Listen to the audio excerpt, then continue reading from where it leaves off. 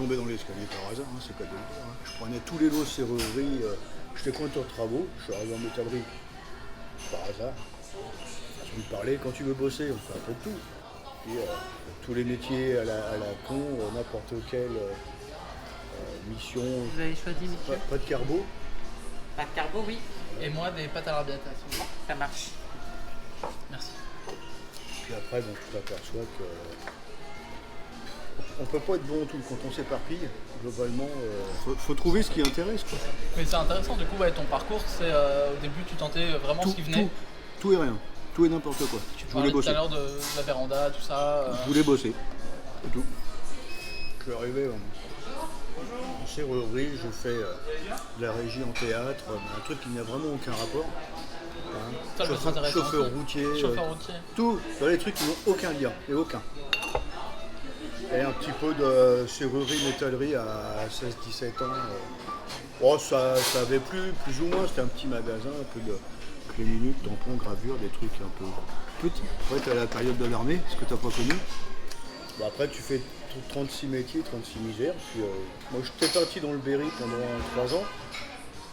Après, je suis revenu en Seine-et-Marne. Je suis arrivé en tant qu'intérimaire, une boîte qui cherchait en serrurerie.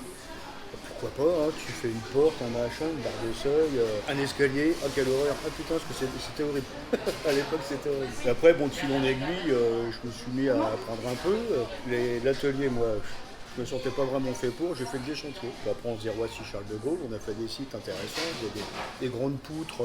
Quand tu mets tes bagages là, fil en aiguille, bah, ça va pas. Donc tu trouves la bidouille, on t'explique, machin. Et c'est comme ça que tu finis par te démerder. Puis après, ça a commencé à C'est évoluer. les bidouilles que tu retiens. En gros, l'expérience, c'est des conneries que tu as vues que tu n'as pas envie de reproduire. Dans les grandes lignes, c'est ça.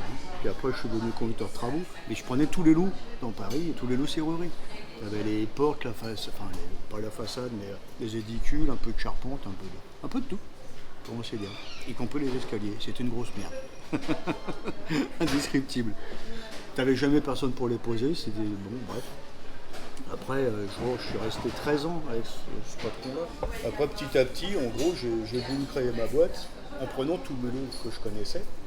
Et un jour, j'ai fait une charpente, un petit bout de charpente au 5e étage pour monter un escalier. Il y avait 2 ou 3 bidouilles qui n'allaient pas. J'appelle le fournisseur, je vois sur le cartouche, un type qui me dit « Mais vous en posez beaucoup des escaliers ?» J'en ai fait quelques-uns, mais sans plus. Et il dit « Oh, faut qu'on se voit !» Puis là, c'était dans la Marne, j'y suis allé, je l'ai vu. On a parlé, puis on en a fait 1, 2, 3, petit à petit. De fil en aiguille, après au culot, dans Paris, il y en a qui font de l'escalier, je tire le frein à main, je vais aller voir, je dis bon, pourquoi on bosse pas ensemble? Ça a marché. Voilà. Donc, je dirais qu'il faut oser. Faut pas rester derrière son ordi à attendre tout simplement, faut se bouger, faut y aller. Et du coup, il y a combien de personnes, de boîtes qui sont vraiment spécialisées dans l'escalier métallique? Pas beaucoup. Parce que c'est quand même très précis. Bah, c'est surtout que c'est un métier qui n'existe pas. Le poseur d'escalier métallique n'existe pas comme métier. C'est pas référencé.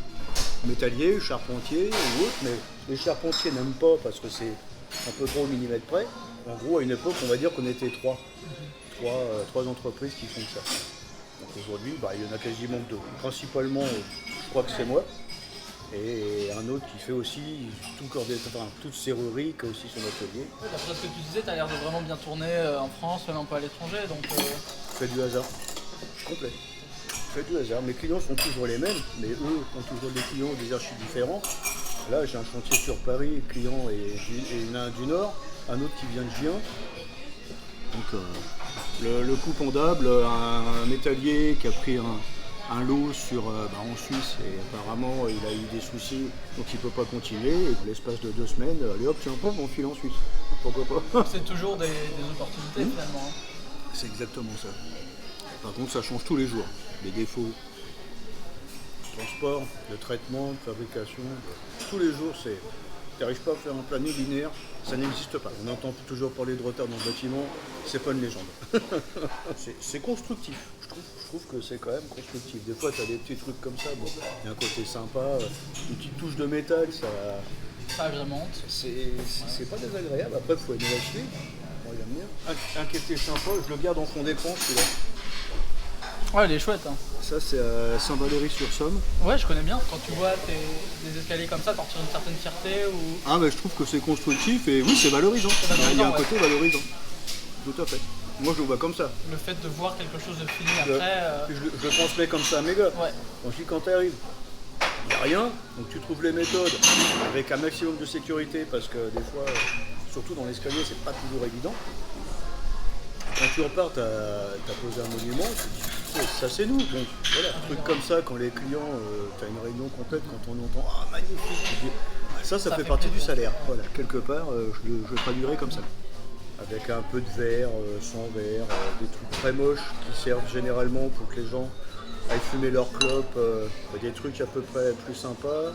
Ah, c'était vieux ça, cet escalier en verre comme On va ça. dire. Ça a de la gueule. Ça, quand on fait voler des petits morceaux d'escalier comme ça, là ça commence à causer, Ouais. on met en place. Et là on s'est retrouvé avec ce qu'on appelle un chambord. Un chambord c'est ça, c'est deux volets qui se croisent. D'accord, ok. Et tu montes pas l'un sur l'autre. Par contre si tu veux monter là et que tu tombes d'escalier, t'as plus qu'à recommencer. C'est toute une autre technique que le Voilà. petit colimaçon. Hein. Il n'y a aucun rapport. Je m'amuse des fois avec la nacelle à me mettre à l'opposé, je prends une photo que personne n'aura. Donc d'un côté il y a 2 niveaux, et de l'autre côté du bâtiment il y a 4 niveaux comme ça. Ça, je reconnais. Tu reconnais? Bah oui. Tu vois bon. Je parle pas du bonhomme. Hein. Oh, on a sillonné de Cambrai, Dunkerque, j'ai fait le bout de la Bretagne, un village vacances là, le Croisic. Ouais. Le Croisic, on a fait Pornic. On se balade bien, merci. Merci beaucoup. Bon appétit. À toi aussi. On est le 8 juillet. Bah, je crois que demain ça va faire 10 ans que j'ai créé la boîte. Et en 10 ans, grosso modo, t'as fait combien de projets? 1281. Ça fait une bonne moyenne. Une facture, ça peut être un escalier qui prend une semaine, comme ça peut être un lot de 5 escaliers. Moi, ce que j'aime dans le métal, c'est que c'est peut-être chiant, mais on a le droit à l'erreur. Si c'est trop long, tu coupes, si c'est trop court, on peut ressouder. Un truc en bois, tu peux pas ressouder. Je suis désolé, mais du coup, j'ai pas ton nom. Loïc, Loïc. c'est D'accord. breton. Tu viens de Bretagne? Pas du tout. Très bien. Merci. Très bon, merci. Au départ, il y a 10 ans, on n'était que deux. Hein. Il y avait Jérôme et moi, mon réunionnais qui m'a suivi, qui est adorable comme tout. Et puis, franchement, c'est un bon. Puis là, je suis en train de former un gars qui a ton âge, qui ne savait pas trop quoi faire. Et puis, bah, écoute, je crois que le métier accroche.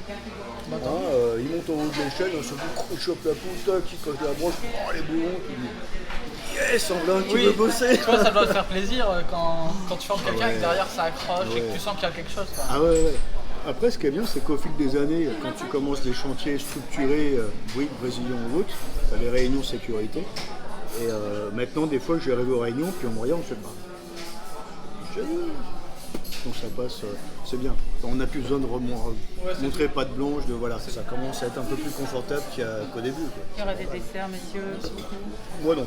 Moi, ça ira, merci. Globalement, je m'aperçois au fil du temps que l'escalier métallique, en France, il n'y a pas beaucoup de fabricants qui tiennent vraiment la route. Il y en a un en Alsace, il y en a 2 dans la Marne, il y en a un à Lyon, il y en a un excellent en Mayenne.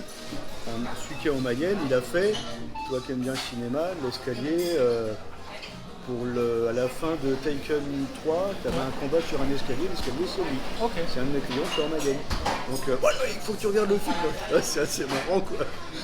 Ça fait 10 ans que tu as ta boîte, donc t'es bien installé quoi. Moi j'en ai eu d'autres avant, mais comme tu vois, il y a 10 ans on était 2, et là on est à 4, 5, 6, 7. Tu te remets toujours en question. Ce matin, un coup de fil à Metz, l'intérim est venu, mais il a le vertige, il est reparti.